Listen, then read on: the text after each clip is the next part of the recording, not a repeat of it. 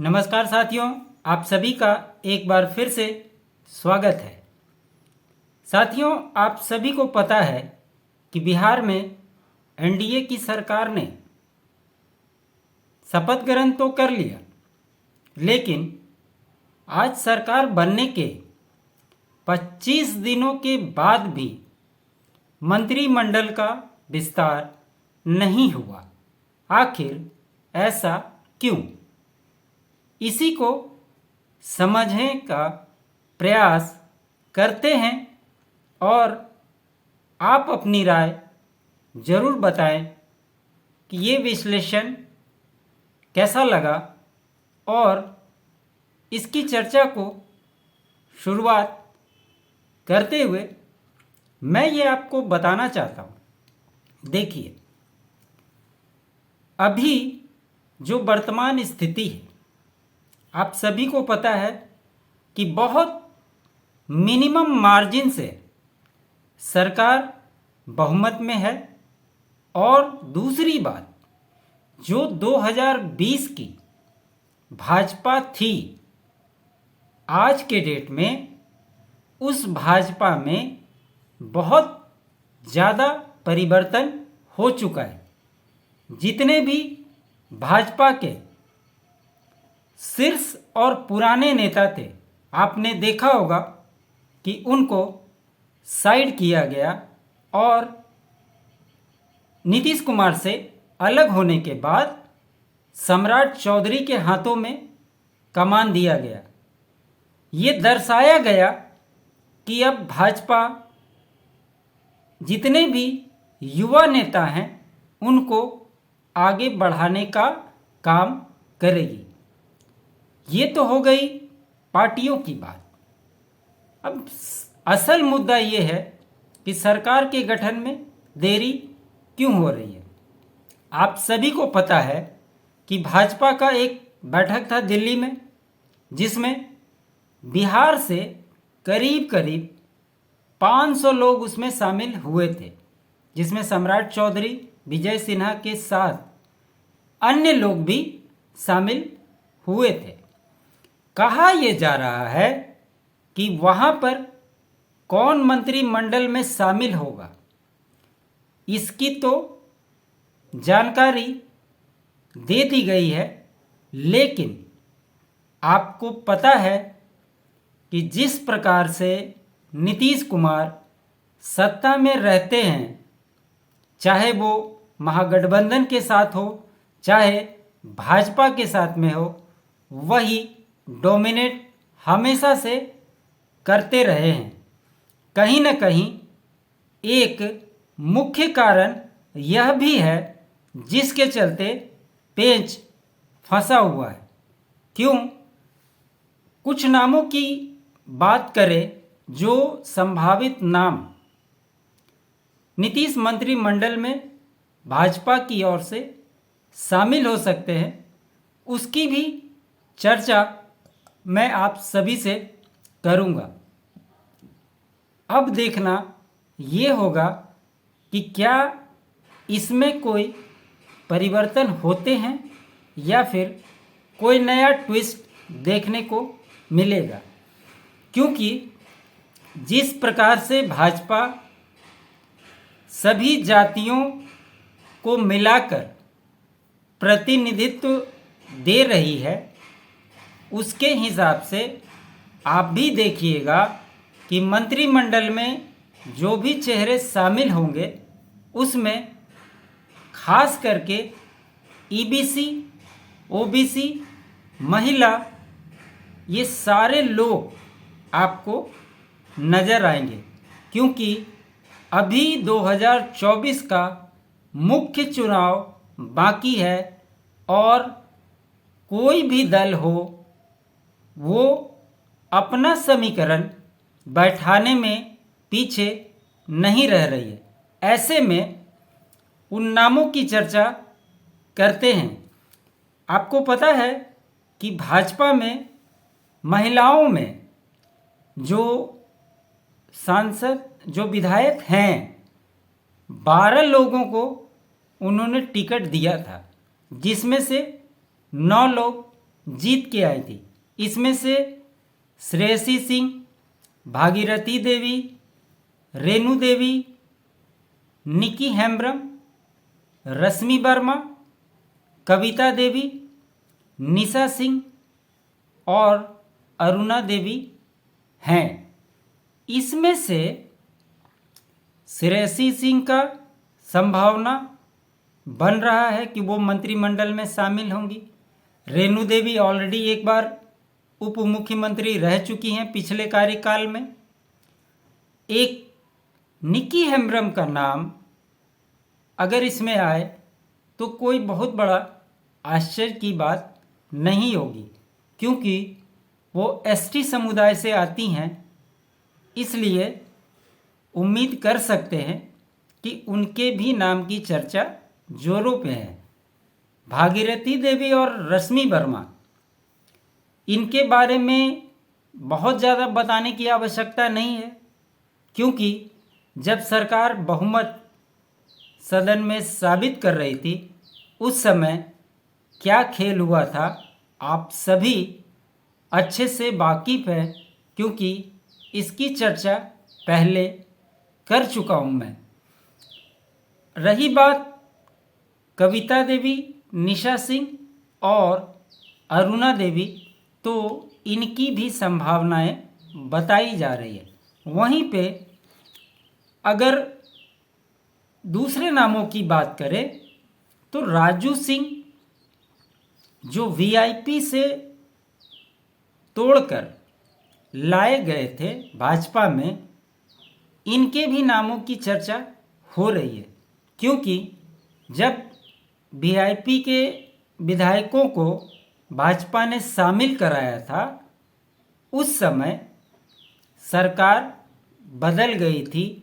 ऐसे में इनकी संभावनाएं बताई जा रही है। और भी लोग हैं, पंकज मिश्रा हैं, पवन जायसवाल हैं और लाल बाबू सिंह। इन दोनों में से किसी एक नाम की चर्चा हो सकती है। विनोद नारायण झा और जीवेश मिश्रा, इन दोनों में से किसी एक को मंत्रिमंडल में जगह मिल सकती है। रामप्रीत पासवान पिछले कार्यकाल में भी मंत्री थे। कृष्ण कुमार ऋषि, ये भी मंत्री रह चुके हैं। जनक सिंह के नाम की भी चर्चा हो रही है। संजय सारोगी की बात करें, संजीव चौरसिया और नितिन नवीन, इन दोनों में से एक नाम आ सकते हैं। हालांकि नितिन नवीन पहले भी मंत्री रह चुके हैं और एक को कोई बड़ा पद दिया जा सकता है। ऐसे में हरी सहनी एमएलसी हैं, जीवन कुमार, नीरज कुमार बबलू और लखिंदर पासवान, ये जो सारे नाम आपको हमने बताए हैं, इन नामों में से ही लोग आपको मंत्रिमंडल में दिखाई देंगे। अब इसमें हमने तो चर्चा कर ली कि ये भाजपा के संभावित नाम हैं, लेकिन इन नामों में ये कहाँ साबित होता है कि पेच फंसा। तो पेच फंसा है दोस्तों जदयू की ओर से।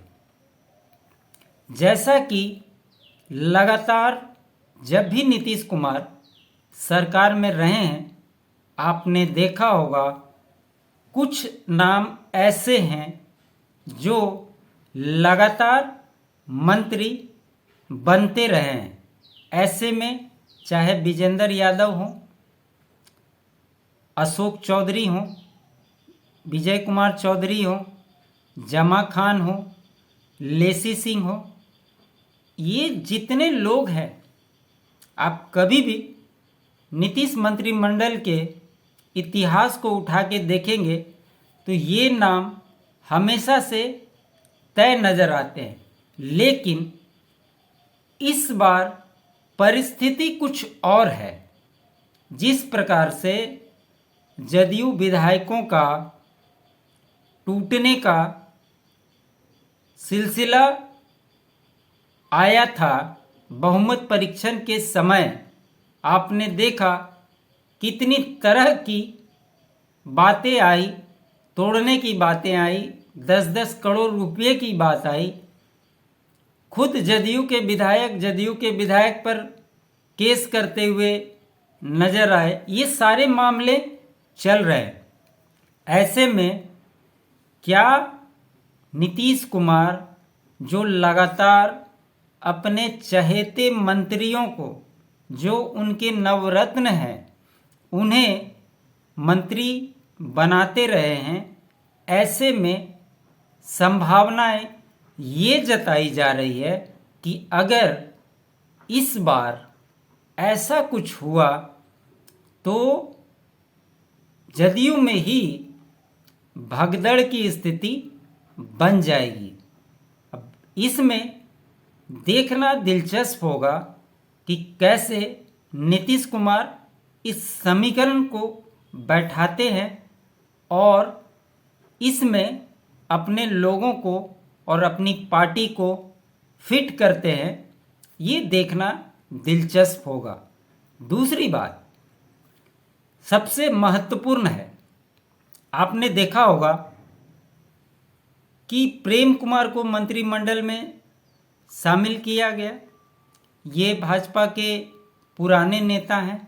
और दूसरे नंद किशोर यादव जो अभी स्पीकर हैं, इन्हें मंत्रिमंडल में देने का सबसे बड़ा कारण ये है कि नीतीश कुमार अपने जो पुराने लोग को खोजते हैं। ये हालांकि हैं भाजपा के, लेकिन कहा जाता है कि नीतीश कुमार के साथ इनकी ट्यूनिंग बहुत अच्छे से बैठती रही है। इसीलिए इन लोगों को भी इसमें लाया गया है, शामिल किया गया है, एक स्पीकर के पद पे और दूसरे को मंत्री बनाया गया है जो कि उनके स्वजातीय भी हैं। ऐसे में भाजपा अपनी ओर से तो लिस्ट को रेडी कर चुकी है, लेकिन नीतीश कुमार अंतिम मुहर इस लिस्ट पे लगाते हैं कि नहीं, ये भी एक बहुत बड़ा संशय है। ऐसे में क्या कुछ नया होता है या कुछ नए समीकरण बनेंगे, ये भी देखना दिलचस्प होगा। इन तमाम बातों को बताने का मकसद सिर्फ इतना है, ये आज से पहले ऐसा नीतीश कुमार के कार्यकाल में कभी नहीं हुआ। आप अगर उनकी हिस्ट्री को निकाल कर देखेंगे तो मंत्रिमंडल के विस्तार में सरकार बनने के बाद ये पहली बार है कि इतना विलंब हो रहा है। ऐसे में क्या कुछ होगा, इस पे हमारी नज़र बनी हुई है। और भी कुछ संभावनाएं आई हैं जिसके बारे में मैं आपको अगले वीडियो में बताऊंगा कि आखिर पेच कहाँ फंस रहा है, क्या क्या राजनीतिक समीकरण बनाए जा रहे हैं। इन बातों को लेकर बहुत जल्द मैं आपसे जुड़ूंगा और अंदर की खबरों को आप तमाम दर्शकों तक मैं पहुंचाऊंगा। इसी के साथ मैं ये अपना विश्लेषण ख़त्म करता हूं। आप सभी दोस्तों से आग्रह है, अपना सुझाव कमेंट के माध्यम से ज़रूर दें। अच्छा लगे तो लाइक करें, शेयर करें और चैनल को सब्सक्राइब नहीं किया है तो दोस्तों सब्सक्राइब ज़रूर कर लें। आप तमाम साथियों का बहुत बहुत धन्यवाद।